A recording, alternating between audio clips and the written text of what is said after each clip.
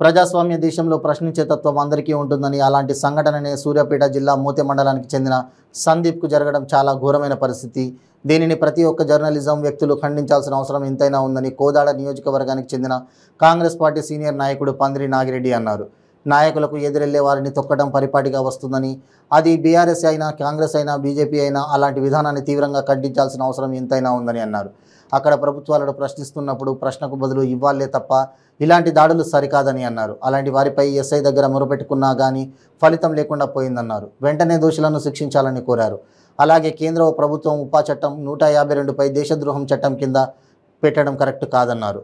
Media ద్వారా ప్రజలకు తెలియజేయాల్సింది ఏంటంటే, మీ ద్వారానే ప్రజల యొక్క హక్కులు కాపాడబడతాయని చెప్పేసి పత్రికల ద్వారానే, మీడియా ద్వారానే అణగారిన వర్గాలకు న్యాయం జరుగుతుందని చెప్పేసి మనం భావిస్తున్న సందర్భంలో ఈ కేంద్ర రాష్ట్ర ప్రభుత్వాలు ప్రశ్నించేటటువంటి వాళ్ళను ప్రభుత్వ విధానాలు కానివ్వండి, ప్రభుత్వ పథకాలు కానివ్వండి, వాటన్నిటిని కూడా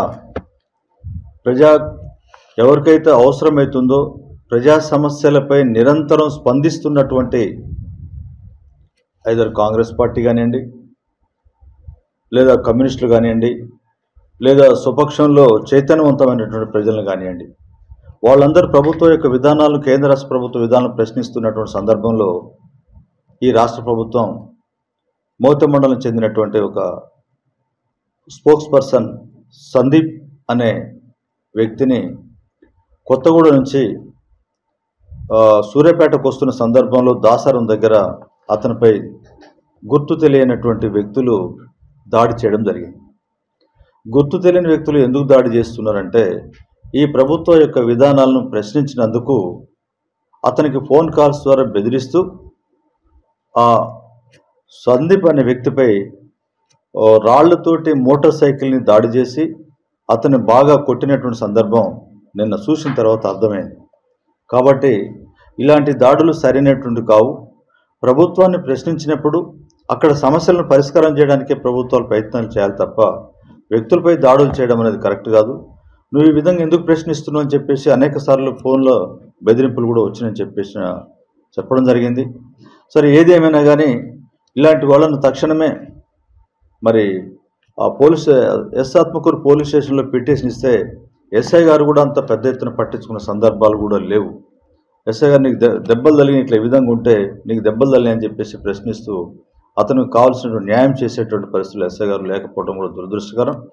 మేమేమంటున్నామంటే, ఎస్ఐ గారితో తప్పకుండా జరిగినటువంటి ఆ దోషులను తక్షణమే అరెస్ట్ చేసి వాళ్ళను చట్ట ప్రకారం శిక్షించవలసిందిగా కోరుకుంటూ, అదేవిధంగా మరి అలా కేంద్ర ప్రభుత్వం ఉపా చట్టం తీసుకొచ్చేసి 152 మందిపై ఉపా చట్టం దేశద్రోహం కేసు పెట్టడం అనేది చాలా దుర్మార్గమైనటువంటి అంశంగా.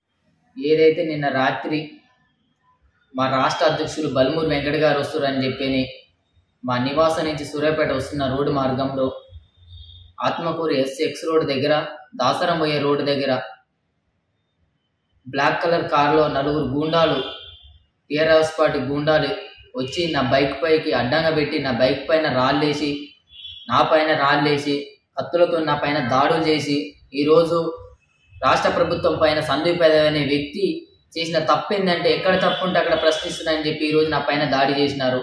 వాళ్ళు అనే మాటలు ఏ విధంగా ఉన్నాయంటే, ఇప్పుడు కాకపోయినా నేను మళ్ళనైనా చంపుతాను, లంజగొడక నిన్ను నరుకుతాం కొడక, ఇంకోసారి ఫేస్బుక్లో పెట్టినా ఎక్కడైనా మాట్లాడినా నిన్ను నరుకుతాం అని చెప్పి ఈరోజు నా పైన దాడులు చేసి, లోపల దెబ్బలు, ఈ మెడనారాలు, ఈ చెవు భాగంలో నన్ను విపరీతంగా కొట్టాడని నేను స్పృహ కోల్పోయిన తర్వాత వేరే వాళ్ళు వచ్చి నన్ను లేపినారు.